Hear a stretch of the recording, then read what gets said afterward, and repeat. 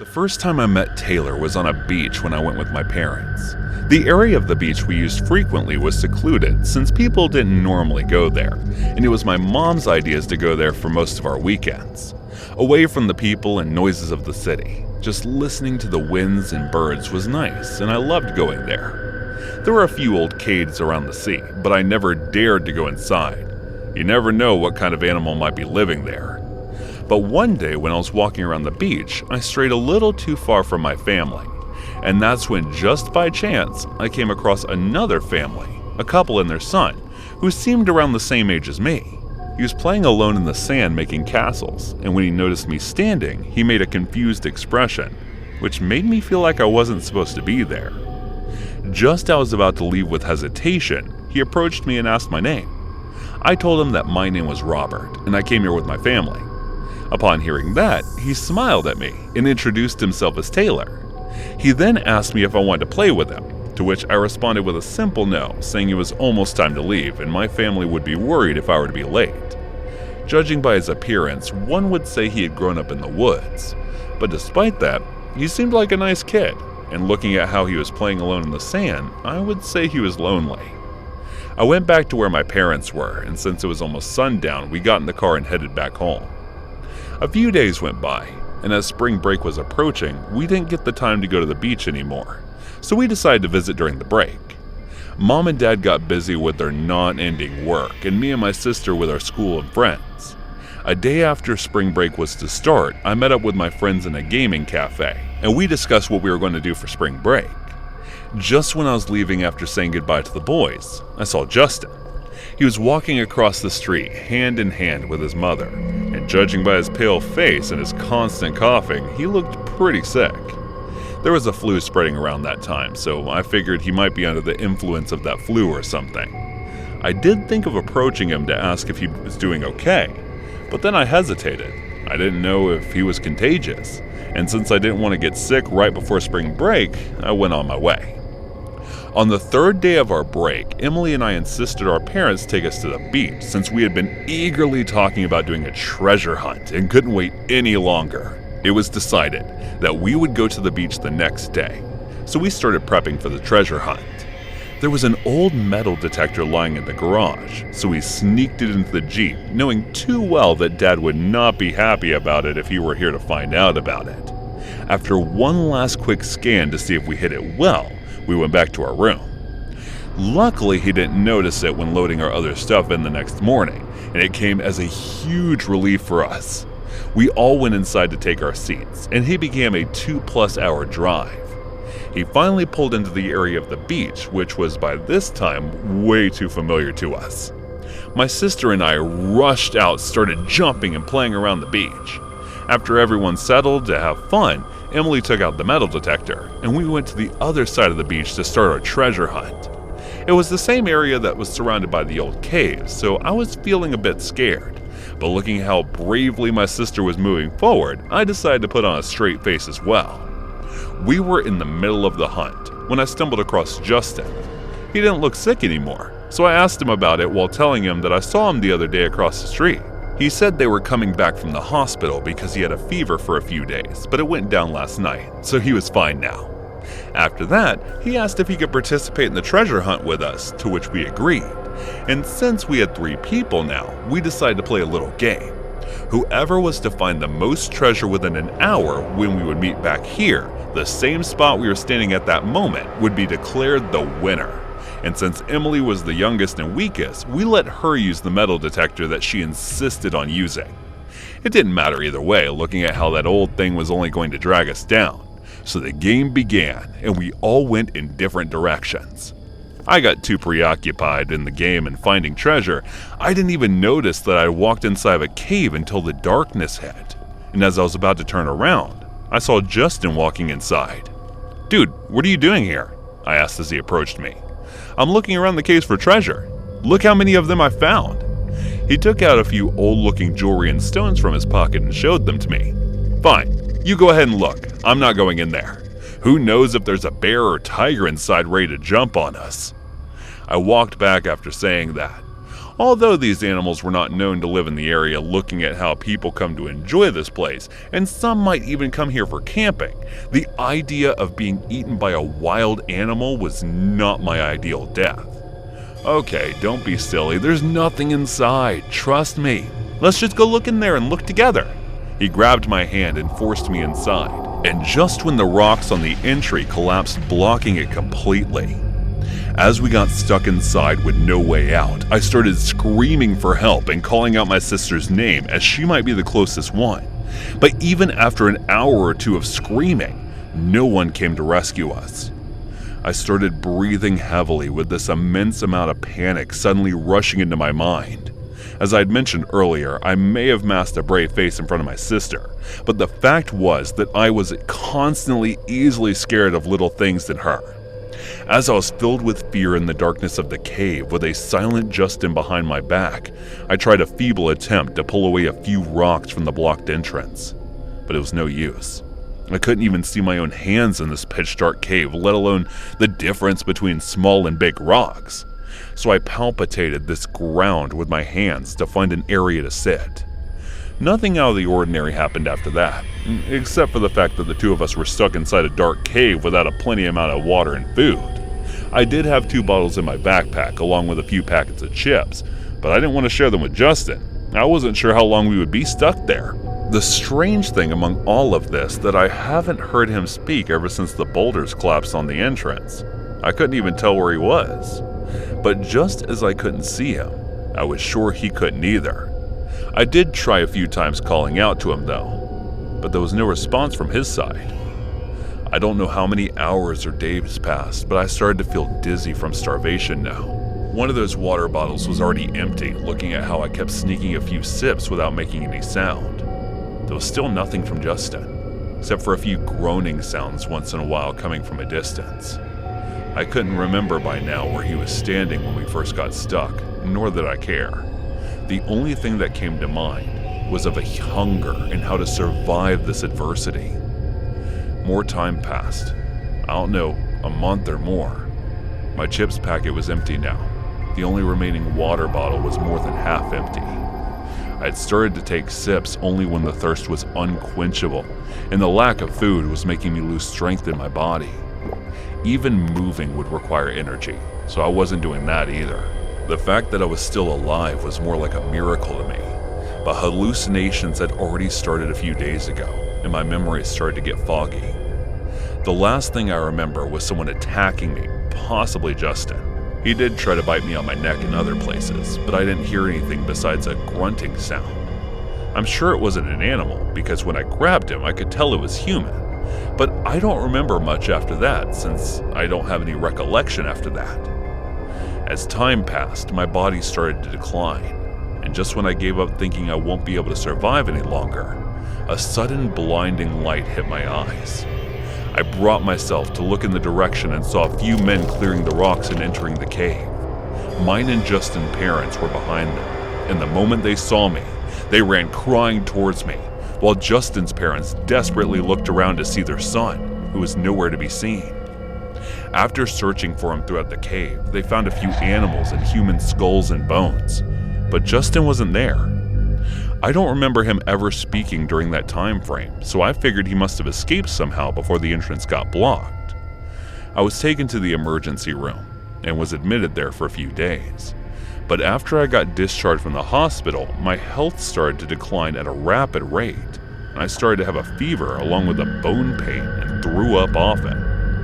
I didn't have an appetite any longer and wasn't able to digest even the little amount I consumed.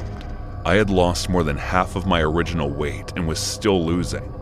When my condition didn't get better and I started coughing up blood, the doctors ran a few tests only to diagnose that I had stage 3 multiple myeloma, and it was getting worse day by day. My treatment began with no hope that I'd be able to survive through it or not. I was having flashes these days. Guess it's the fragment of memories that I lost in that cave, in which my teeth are ripping some raw flesh and eating it.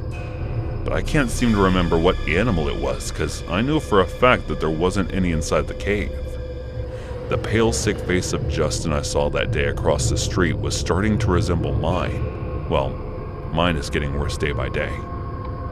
I don't want to believe the lost memories are what I think they are, so I'm trying my best to avoid remembering them. And even though what I did might have been a survival instinct, I'm no better than a monster if I did.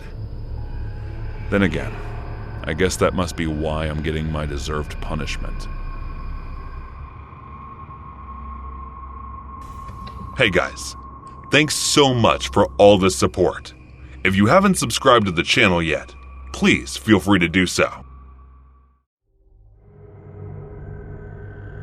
It was one of those beautiful days when you feel unreasonably happy, and no matter how many times someone tries to piss you off, you just smile at them and try to act positive because everything around you seems nice. My buddy Sam had returned from his grandparents' house after 3 whole months, and the two of us were about to go for a night drive as we had been doing for the past 2 years.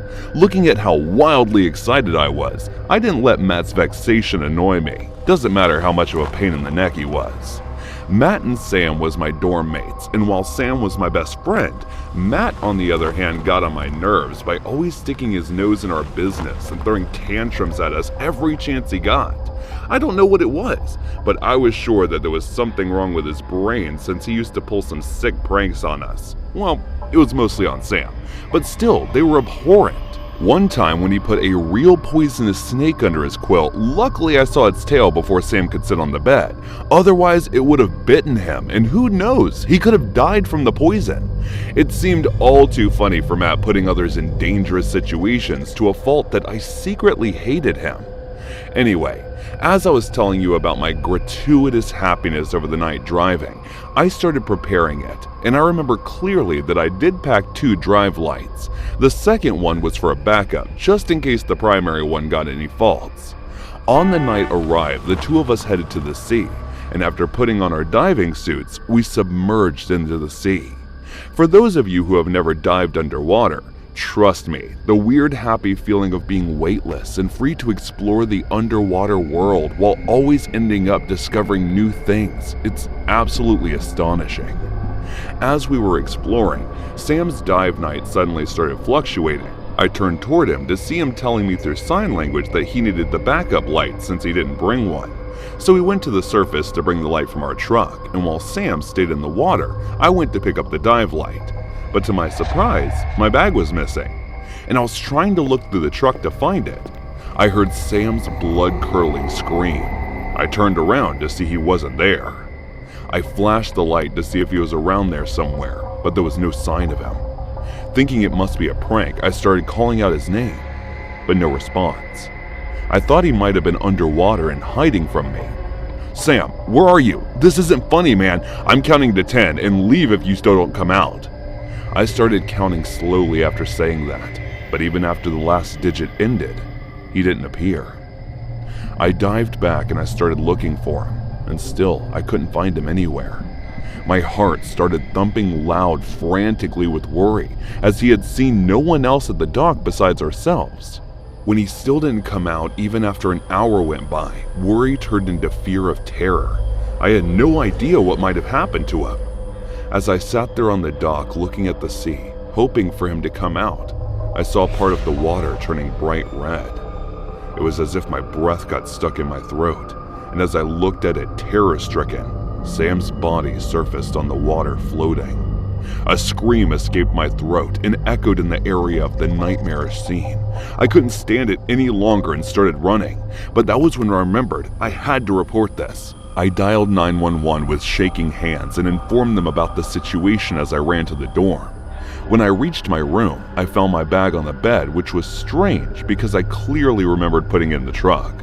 Matt's sickly face suddenly flashed in my mind. Yes, he was capable of doing something of this sort. I looked around, and he was nowhere to be found for some reason. It was getting frightening. The possibility of living in the same space as someone capable of murder was dismaying. "Why did you do it?"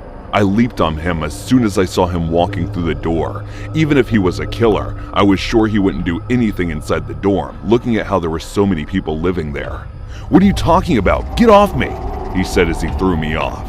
Strangely, looking at him didn't seem like he was toward the dock, but one could never say what a psychotic mind could plan.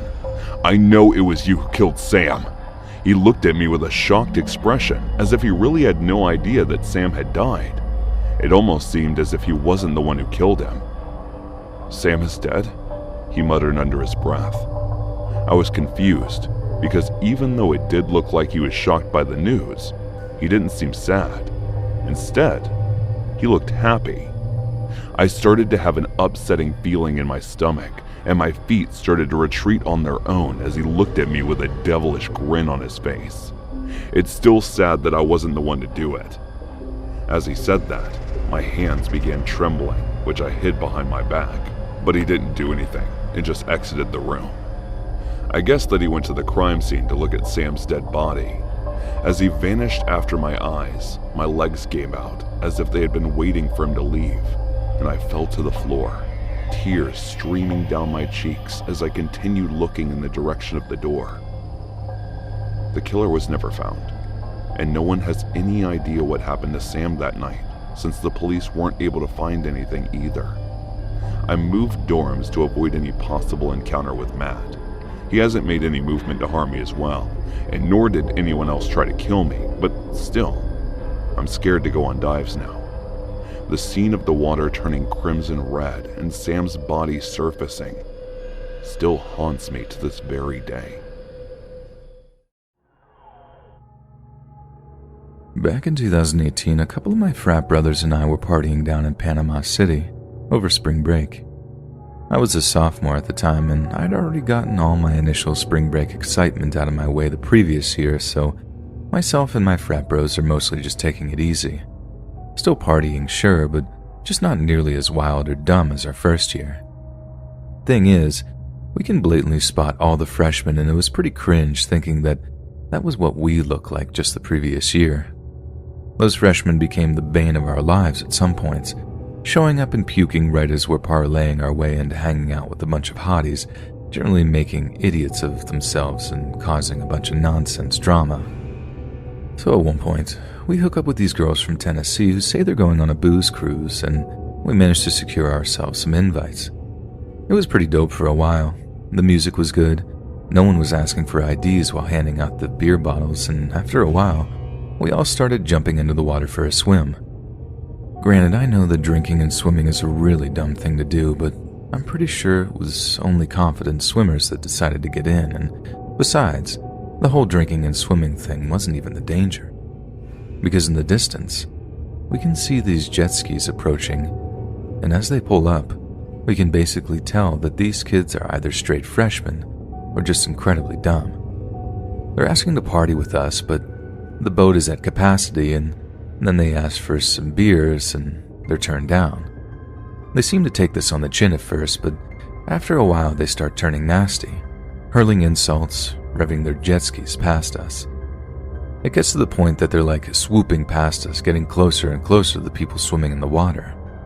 We're calling out to them, warning them that they're slowly getting near to colliding with one of our swimmers, but I think the engines of the jet skis were just too loud for them to hear.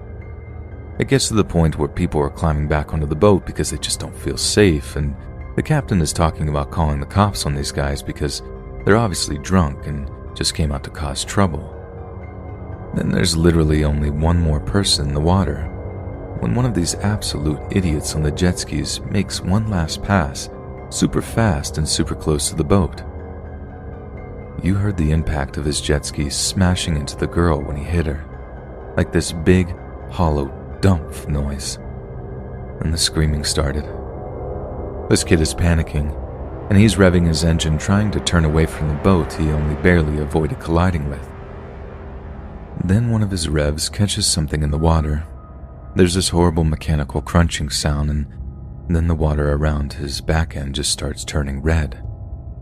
People are seriously panicking by this point, but when this poor girl's body floats to the surface, and people see how the propeller blades of that jet ski had made mincemeat out of her head, people straight freaked.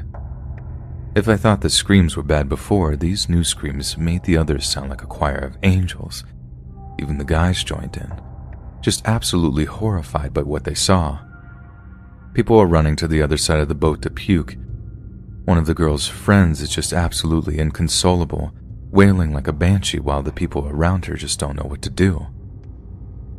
About an hour later, the place is just a small fleet of cops on boats and EMTs on boats. I mean, it was real bad. People were just in shock, giving statements to the cops, telling them about the kids on the jet skis who, by that time, were long gone. When we finally got back onto dry land, no one was in the mood to party.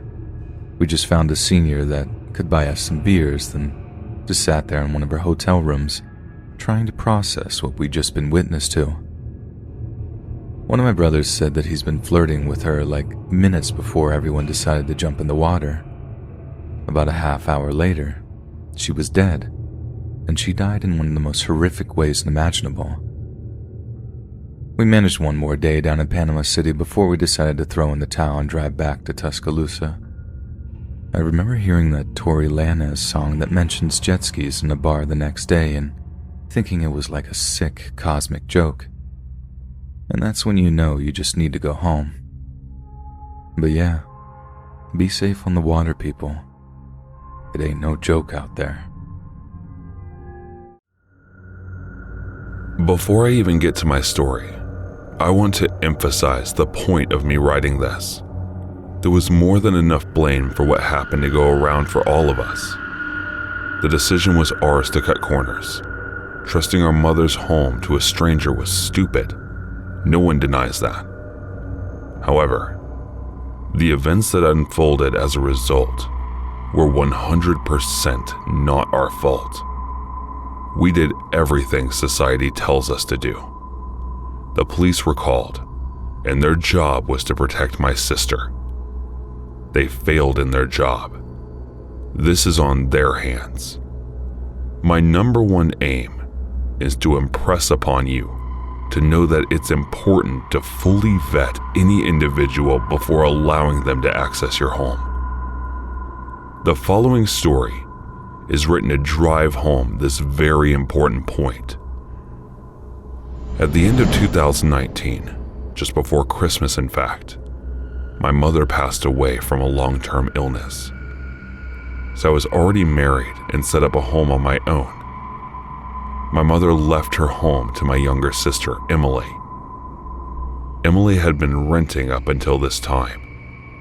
Release was just ended, so she moved in until she was sure of what she was going to do with it.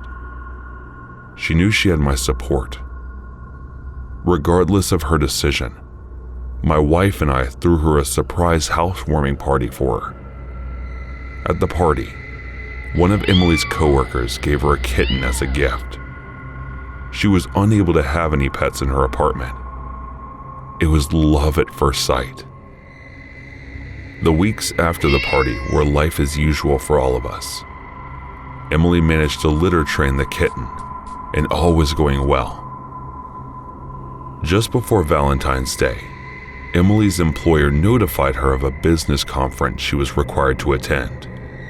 It was part of her job, and this will be a first trip since she had moved into the new house. Normally, this will be simple, but now with the kitten, things were a tad more complicated. My family was unable to watch the kitten because of my daughter's allergies. Kenneling was briefly considered until the price was found to be too great. Besides, she didn't like the idea of her precious little angel being locked up for 3 days. She chose to search on Craigslist for house sitters. An earlier call to a service proved too high. Also, she found this young girl around 19 who claimed to be an independent house sitter. They spoke first on the phone, then met at the house so she could look around. The girl seemed kind and professional. After agreeing on an amount, the deal was set. 2 weeks later, Emily kissed her kid goodbye and left her trip. She checked in the first night, and all sounds like it was going well. 2 days later, she returned to a nightmare. The clean, beautiful home she had left was now scattered with clothes and dirty dishes. When she confronted the girl got mad and said she wasn't a maid. Things only got worse from there. My sister was horrified to see that the litter box was full, and the kitten had already begun going on the floor. Certainly not the poor cat's fault. And this infuriated my sister, and she refused to pay the girl. An argument broke out, and the police were eventually called. They really couldn't do much other than force the girl to leave the property, but the girl was furious. She vowed she'd get back at my sister as she left. This was all set in front of the police, but they obviously didn't take that threat seriously. The officer went on their way, and my sister began cleaning up the mess inside. A few days passed, and Emily tried to put the experience behind her. That Friday, soon after returning from work, a man rang the doorbell and asked for her. She identified herself, and the man began demanding the money owed to the young girl. My sister calmly explained the situation, but the only grew more aggressive. Although she was now terrified, she held her ground and refused. This was when the man backhanded her. She fell back and hit her head on the floor. Unfortunately, it wasn't done. He approached her and demanded the money again. My sister, who was clearly concussed, didn't answer, so he punched her unconscious. Apparently, while she was out, he entered the house and stole all the cash from her purse. But the time she had awakened, he was gone. It took her several minutes to crawl to her phone and call 911. They arrived soon after, and she was rushed to the hospital. I'm happy to say that there's no long-term physical injuries, but mentally, Emily was a mess, and still is, honestly, to be frank. And I know the identity of the man in his location and would have killed him. Fortunately, I regained my senses and agreed to leave it in the authorities' hands, despite their inability to prevent it. The responsible parties were found and arrested within a couple of days. It wasn't some great mystery after all. The man who assaulted Emily was an ex-boyfriend of the young girl. She had promised him half of the money to retrieve it. The young girl claimed she never or intended anyone to be hurt, but her threat in front of witnesses, cops at that, sealed her fate. She managed to get away with probation because she had no priors, or acts, on the other hand, had a long record. He was given 3 years. But once the COVID crisis began, he was released early. The entire family was less than happy to hear of the lenient sentences, but criminals getting off easy is now new under the sun of these days. In the months since the attack, everyone has done their most to be there for Emily.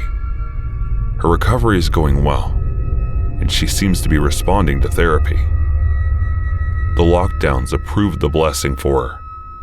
She'd been able to heal at a much slower and calm pace. Until restrictions are lifted completely, she'd been approved to work from home, or little furry friend has served as a priceless companion for her during these terrible times. Although some may say he was the cause of this whole awful mess.